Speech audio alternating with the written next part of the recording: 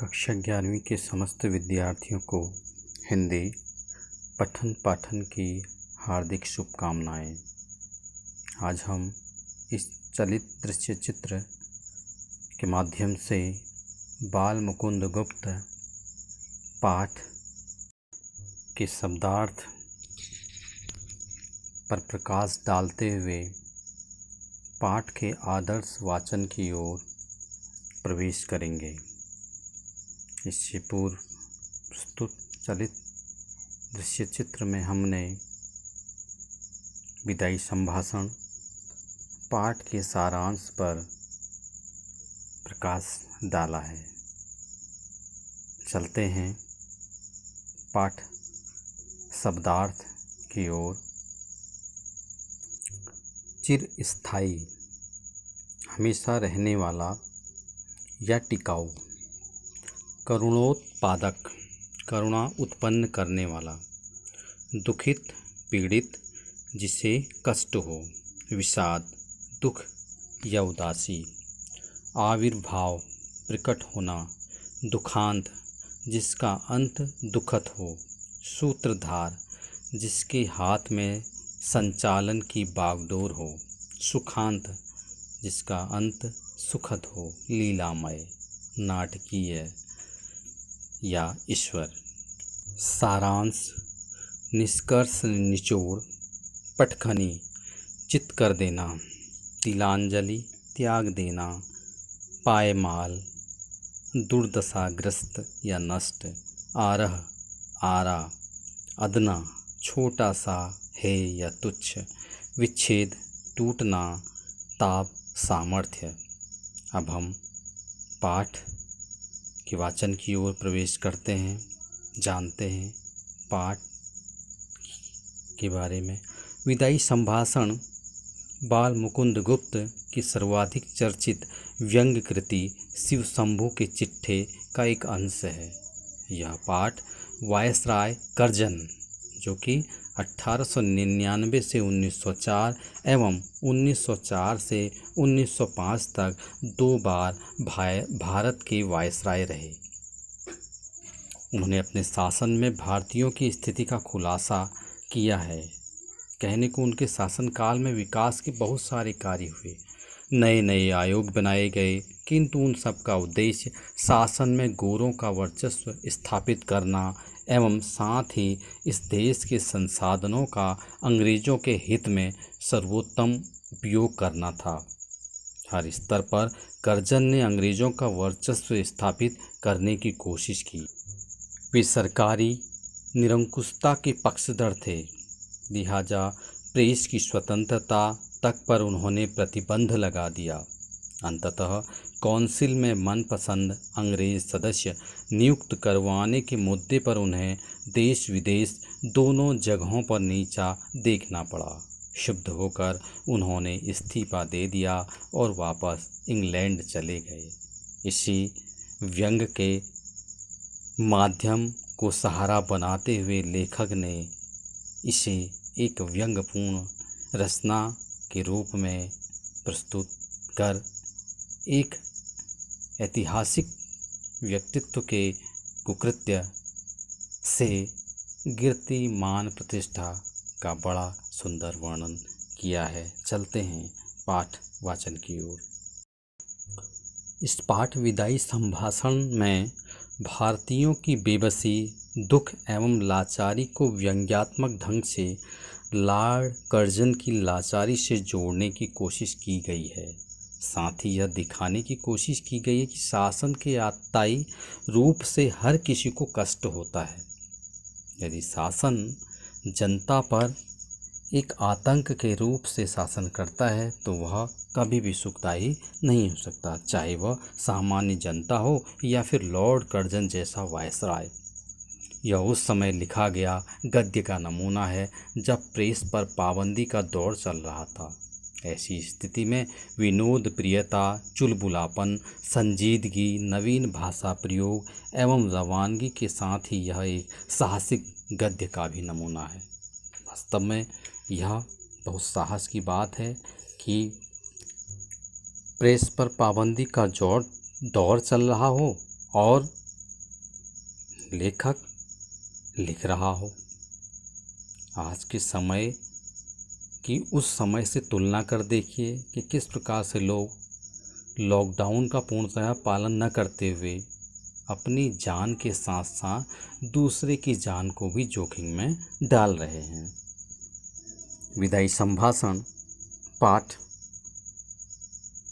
प्रदर्शित करता है कि किस प्रकार से शासन के शासकों द्वारा किसी भोली भाली जनता पर अत्याचार किया जा सकता है, लेकिन वह कुछ समय तक ही कायम बना रह सकता है।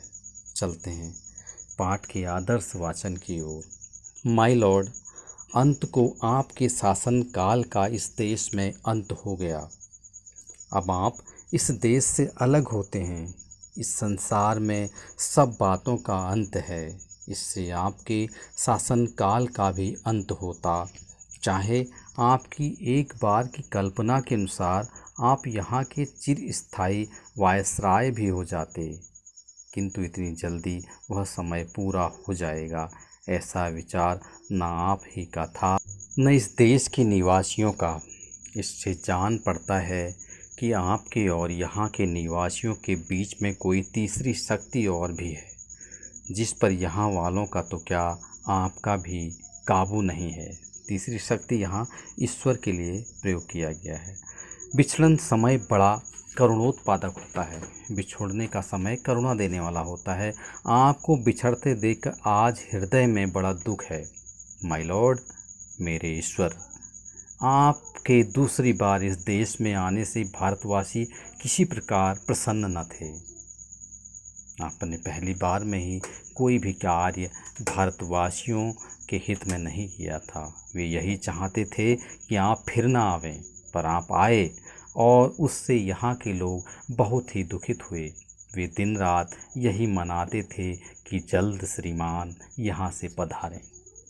पर अहो, आज आपके जाने पर हर्ष की जगह विषाद होता है।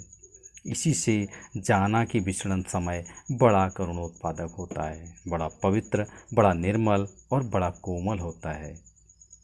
वैर भाव छूटकर शांत रस का आविर्भाव उस समय होता है। अर्थात यहाँ पर लेखक यह प्रदर्शित करना चाहते हैं कि जब कोई भी व्यक्ति जाता है, चाहे वो अच्छा हो या बुरा हो, लेकिन उसके जाने में दुख ही उत्पन्न होता है। आपने भारतवासियों के साथ इतना बुरा व्यवहार किया, लेकिन आपके जाते समय उन्हें भी फिर भी दुख था। माय लॉर्ड का देश देखने का इस दीन ब्राह्मण को कभी इस जन्म में सौभाग्य नहीं हुआ। इससे नहीं जानता कि वहाँ बिछड़ने के समय लोगों का क्या भाव होता है, पर इस देश के पशु पक्षियों को भी बिछड़ने के समय उदास देखा है। एक बार शिव शंभू के 2 गायें थीं। उनमें एक अधिक बल वाली थी। वह कभी कभी अपनी सींगों को दूसरी गाय को मारने में उपयोग में लाया करती थी, लेकिन वह गाय भी उसके जाने के समय भी बहुत उदास थी। उसको उसका मार खाना अच्छा लगता था, लेकिन बिछुड़ना बिल्कुल भी अच्छा नहीं लगता था। वह दूसरी कमज़ोर गाय को गिरा देती थी। एक दिन वह टक्कर मारने वाली गाय पुरोहित को दे दी गई। देखा कि दुर्बल गाय उसके चले जाने से प्रसन्न नहीं हुई, वरन उस दिन वह भूखी खड़ी रही, चारा छुआ तक नहीं। माय लॉर्ड, जिस देश के पशुओं के बिछड़ते समय यह दशा होती है, वहाँ मनुष्यों की कैसी दशा हो सकती है, इसका अंदाज लगाना कठिन नहीं है। अर्थात जहाँ पशु दुखी हो सकते हैं, तो फिर मानव तो मानव ही है, मानव कितना अधिक दुखी ना होगा। आगे भी इस देश में जो प्रधान शासक आए, अंत में उनको जाना पड़ा। इससे आपका जाना भी परंपरा की चाल से कुछ अलग नहीं है। सारे लोग आए गए, तथापि आपके शासनकाल का नाटक घोर दुखांत है। और आश्चर्य की बात यह है कि दर्शक तो क्या, स्वयं सूत्रधार भी नहीं जानता था कि उसने जो खेल सुखांत समझकर आरंभ किया था, वह दुखांत हो जाएगा। अर्थात आपने यह नहीं सोचा था कि जो आपने सुख के लिए खेला है वह दुख के जैसा हो जाएगा। जिसके आदि में सुख था, मध्य में सीमा से बाहर सुख था, उसका अंत ऐसे घोर दुख के साथ कैसे हुआ। आह! घमंडी खिलाड़ी समझता है कि दूसरों को अपनी लीला दिखाता हूँ, किंतु पर्दे के पीछे एक और ही लीलामय की लीला हो रही है, यह उसे खबर नहीं। यहाँ लीलामय ईश्वर की ओर संकेत किया गया है। इस बार बम्बई में उतरकर माय लॉर्ड, आपने जो इरादे जाहिर किए थे, जरा देखिए तो उनमें से कौन कौन पूरे हुए। आपने कहा था कि यहाँ से जाते समय भारतवर्ष को ऐसा कर जाऊँगा कि मेरे बाद आने वाले बड़े लाटों अधिकारियों को वर्षों तक कुछ करना न पड़ेगा। वे कितने ही वर्षों सुख की नींद सोते रहेंगे, किंतु बात उल्टी हुई। आपको स्वयं इस बार बेचैनी उठानी पड़ी, और इस देश में जैसी अशांति आप फैला चले हैं, उसके मिटाने में आपके पद पर आने वालों को न जाने कब तक नींद और भूख हराम करना पड़ेगा। इस बार आपने अपना बिस्तरा गर्म राख पर रखा है। मुहावरा है, बिस्तरा गर्म राख पर रखना मुसीबत मोल लेना। और भारतवासियों को गर्म तवे पर पानी की बूंदों की भांति नचाया है, बहुत परेशान करना। आप स्वयं भी सुख न हो सके और यहाँ की प्रजा को सुखी न होने दिया। इसका लोगों के चित्त हृदय पर बड़ा ही दुख है कि आप स्वयं भी सुखी नहीं रहे न और न यहाँ की जनता को सुखी रख पाए। विचारिए तो क्या शान आपकी इस देश में थी, और अब क्या हो गई। कितने ऊंचे होकर आप कितने नीचे गिरे। अलिफ लैला के अलादीन ने चिराग रगड़कर और अबुल हसन ने बगदाद के खलीफा की गद्दी पर आंख खोलकर वह शान न देखी जो दिल्ली दरबार में आपने देखी। आपकी और आपकी लेडी की कुर्सी सोने की थी, और आपके प्रभु महाराज के छोटे भाई और उनकी पत्नी की चांदी की। आप दाहिने थे, वह बाएं। आप प्रथम थे, वह दूसरे। अर्थात आपके क्या ठाठ थे दिल्ली सल्तनत में। इस देश के सब रईसों ने आपको सलाम पहले किया और बादशाह के भाई को पीछे। जुलूस में आपका हाथी सबसे आगे और सबसे ऊंचा था। हौदा, चंवर, छत्र आदि सबसे बढ़ चढ़कर थे। सारांश यह है कि ईश्वर और महाराज एडवर्ड के बाद इस देश में आप ही का एक दर्जा था, किंतु अब देखते हैं कि जंगी लाट के मुकाबले में आपने पटखनी खाई। सिर के बल नीचे आ रहे। आपके स्वदेश में वही ऊंचे माने गए, आपको साफ नीचा देखना पड़ा। पदत्याग की धमकी से भी ऊंचे न हो सके, अर्थात आपने अपना मान स्वयं गिरा दिया। आप बहुत धीर गंभीर प्रसिद्ध थे। उस सारी धीरता गंभीरता का आपने इस बार कौंसिल में बेकानूनी कानून पास करते और कन्वोकेशन वक्तृता देते समय दिवाला निकाल दिया। यह दिवाला तो इस देश में हुआ, यानी कि आपने ऐसे वक्तव्य दिए। उधर विलायत में आपके बार बार इस्तीफे देने की धमकी ने प्रकाश कर दिया कि जड़ हिल गई हैं। अंत में वहाँ भी आपको दिवालिया होना पड़ा, वहाँ भी आपको सम्मान न मिल पाया, और धीरता गंभीरता के साथ दृढ़ता को भी तिलांजलि देनी पड़ी। इस देश की हाकिम आपकी ताल पर नाचते थे। राजा महाराजा डोरी हिलाने से सामने हाथ बांधे हाजिर होते थे। आपके एक इशारे में प्रलय होती थी। कितने ही राजों को मट्टी के खिलौनों की भांति आपने तोड़ फोड़ डाला। कितने ही मट्टी काठ के खिलौने आपकी कृपा के जादू से बड़े बड़े पदाधिकारी बन गए। जिसे आपने अधिकारी बनाना चाहा, उसे आपने अधिकारी बना दिया। आपके एक इशारे में इस देश की शिक्षा पायमाल हो गई, स्वाधीनता उड़ गई, बंग देश के सिर पर आरह रखा गया। भारत विभाजन किया, जो कि आरी से आपने देश का विभाजन कर दिया। आह, इतने बड़े माय लॉर्ड का यह दर्जा हुआ कि फौजी अफसर भी उनके इच्छित पद पर नियत न हो सका और उनको उसी गुस्से के मारे इस्तीफा दाखिल करना पड़ा। वह भी मंजूर हो गया। उनका रखाया एक आदमी नौकर न रखा, उल्टा उन्हीं को निकल जाने का हुक्म मिला। इतना मान सम्मान मिलने के बाद आपकी ऐसी बेइज्जती हुई जिसे आप कोई भी बर्दाश्त नहीं कर सकता।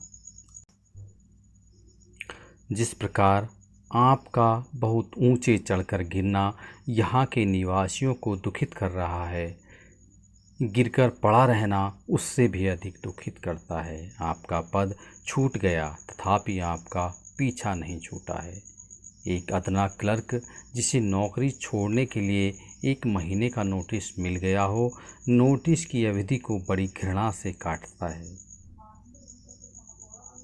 यदि किसी को नोटिस दे दिया जाए कि आपको कार्य छोड़ना चाहिए, वो एक क्लर्क ही है, लेकिन आप इतने महान पद पर होते हुए भी आपको यह अवधि काटने में काफ़ी दुख महसूस करना पड़ा होगा। आपको इस समय अपने पद पर रहना कहाँ तक पसंद है, यह आप ही जानते होंगे।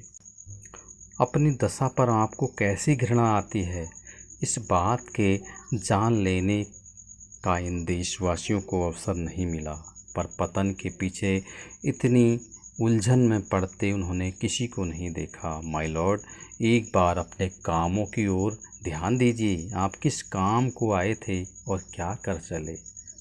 शासक प्रजा के प्रति कुछ तो कर्तव्य होता है, यह बात आप निश्चित मानते होंगे, सो कृपा करके बतलाइए, क्या कर्तव्य आप इस देश की प्रजा के साथ पालन कर चले? क्या आंख बंद करके मनमाने हुक्म चलाना और किसी की कुछ न सुनने का नाम ही शासन है? क्या प्रजा की बात पर कभी कान न देना और उसको दबाकर उसकी मर्जी के विरुद्ध जिद्द से सब काम किए चले जाना ही शासक कहलाता है? एक काम तो ऐसा बतलाइए जिसमें आपने जिद छोड़कर प्रजा की बात पर ध्यान दिया हो। कैसर और जार, यहाँ पर तानाशाह शासकों का यहाँ पर वर्णन किया गया है, नीचे लिखा गया है। भी घेरने घोटने से प्रजा की बात सुन लेते हैं, पर आप एक मौका तो बताइए जिसमें किसी अनुरोध या प्रार्थना सुनने के लिए प्रजा के लोगों को आपने अपने निकट फटकने दिया हो और उनकी बात सुनी हो। अर्थात आपने किसी की बात नहीं सुनी, जो मन में आया वो किया। नादिर शाह, जो ईरान के शाह थे, ने जब दिल्ली में कत्ले-आम किया तो आसिफ जहां की तलवार गले में डालकर प्रार्थना करने पर उसने कत्लेआम उसी दम रोक दिया। पर 8 करोड़ प्रजा के गिड़गिड़ाकर विच्छेद न करने की प्रार्थना पर आपने जरा भी ध्यान नहीं दिया। इस समय आपकी शासन अवधि पूरी हो गई है, तथापि बंग विच्छेद किए बिना घर जाना आपको पसंद नहीं है। नादिर से भी बढ़कर आपकी जिद है। क्या समझते हैं कि आपकी जिद से प्रजा के जी में दुख नहीं होता? आप विचारिए तो एक आदमी को आपके कहने पर पद न देने से आप नौकरी छोड़ जाते हैं। इस देश की प्रजा को भी यदि कहीं जाने की जगह होती, क्या वह नाराज़ होकर इस देश को छोड़ न जाती? अर्थात यहाँ पर लेखक ने व्यंग का बहुत बड़ा सहारा लिया है और कटाक्ष किए हैं। यहाँ की प्रजा ने आपकी जिद का फल यहीं देख लिया। उसने देख लिया कि आपकी किस जिद ने इस देश की प्रजा को पीड़ित किया। आपको भी उसने कम पीड़ा न दी, यहाँ तक कि आप स्वयं उसका शिकार हुए। यहाँ की प्रजा वह प्रजा है जो अपने दुख और कष्टों की अपेक्षा परिणाम का अधिक ध्यान रखती है। वह जानती है कि संसार में सब चीज़ों का अंत है, दुख का समय भी एक दिन निकल जाएगा। इसी से सब दुखों को झेलकर पराधीनता सहकर भी वह जीती है। यहाँ पर लेखक ने उन पराधीन भारतवासियों के हृदय की बात कही है जो एक न एक दिन स्वतंत्र होने की आस में अंग्रेज़ों के अत्याचार को सहे जा रहे थे। माय लॉर्ड, इस कृतज्ञता की भूमि की महिमा आपने कुछ न समझी और न यहाँ की दीन प्रजा को की श्रद्धा भक्ति अपने साथ ले जा सके। इसका बड़ा दुख है। इस देश के शिक्षितों को तो देखने की आपकी आँखों को ताब नहीं, ज़रूरत नहीं। अनपढ़ गूंगी प्रजा का नाम कभी कभी आपके मुख से निकल जाया करता था। उसी अनपढ़ प्रजा में नर सुल्तान नाम के एक राजकुमार का गीत गाया जाता है। एक बार अपनी विपत के समय उस राजकुमार ने कई साल नरवर नाम के एक स्थान में काटे थे। वहाँ चौकीदारी से लेकर उसे एक ऊंचे पद तक काम करना पड़ा था। जिस दिन घोड़े पर सवार होकर वह उस नगर से विदा हुआ, नगर द्वार से बाहर आकर उस नगर को जिस रीति से उसने अभिवादन किया था वह सुनिए। उसने आँखों में आंसू भरकर कहा, प्यारे नरवरगढ़, मेरा प्रणाम ले। आज मैं तुझसे जुदा होता हूँ। तू मेरा अन्नदाता है। अपनी विपत के दिन मैंने तुझ में काटे हैं। तेरे ऋण का बदला मैं गरीब सिपाही नहीं दे सकता। भाई नरवरगढ़, यदि मैंने जानबूझकर एक दिन भी अपनी सेवा में चूक की हो, यहाँ की प्रजा की शुभ चिंता न की हो, यहाँ की स्त्रियों को माता और बहन की दृष्टि से न देखा हो, तो मेरा प्रणाम न ले। नहीं तो प्रसन्न होकर एक बार मेरा प्रणाम ले और मुझे जाने की आज्ञा दे। यहाँ लेखक ने लॉर्ड कर्जन के व्यवहार को प्रदर्शित किया है कि उनका व्यवहार किस प्रकार से था। माय लॉर्ड, जिस प्रजा में ऐसी राजकुमार का गीत गाया जाता है, उसके देश से क्या आप भी चलते समय कुछ संभाषण करेंगे? क्या आप कह सकेंगे, अभागे भारत, मैंने तुझसे सब प्रकार का लाभ उठाया और तेरी बदौलत वह शान देखी जो इस जीवन में असंभव है। तूने मेरा कुछ नहीं बिगाड़ा, पर मैंने तेरे बिगाड़ने में कुछ कमी न की। संसार के सबसे पुराने देश, जब तक मेरे हाथ में शक्ति थी, तेरी भलाई की इच्छा मेरे जी में न थी। अब कुछ शक्ति नहीं है जो तेरे लिए कुछ कर सकूं, पर आशीर्वाद करता हूं कि तू फिर उठे और अपने प्राचीन गौरव और यश को फिर से लाभ करे। मेरे बाद आने वाले तेरे गौरव को समझें। आप कर सकते हैं। यह देश आपकी पिछली सब बातें भूल सकता है, पर इतनी उदारता माय लॉर्ड में कहाँ। यहाँ लेखक ने विनम्रता का पर्याय समझाते हुए बतलाया है कि यदि व्यक्ति में विनम्रता हो तो वह प्रत्येक भारतवासी या प्रत्येक जनता का हृदय जीत सकता है, चाहे उसने कोई गलत कार्य ही क्यों न किए हों।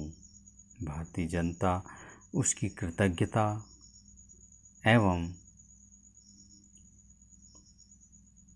विनम्र व्यवहार के लिए उसे माफ़ कर देगी। तो यह था पाठ का वाचन। अब हम अगले चलित दृश्य चित्र में प्रश्नोत्तरों पर प्रकाश डालेंगे। इसलिए एक बार पुनः आप सभी का हार्दिक धन्यवाद। चलते हैं तृतीय चलित दृश्य चित्र की ओर, जहाँ पर आपको प्रश्न उत्तरों की एक सरल सहज अभिव्यक्ति देखने को मिलेगी। साथ ही आप में प्रश्नोत्तर करने की क्षमता विकसित करने का भी अवसर मिल सकेगा। धन्यवाद।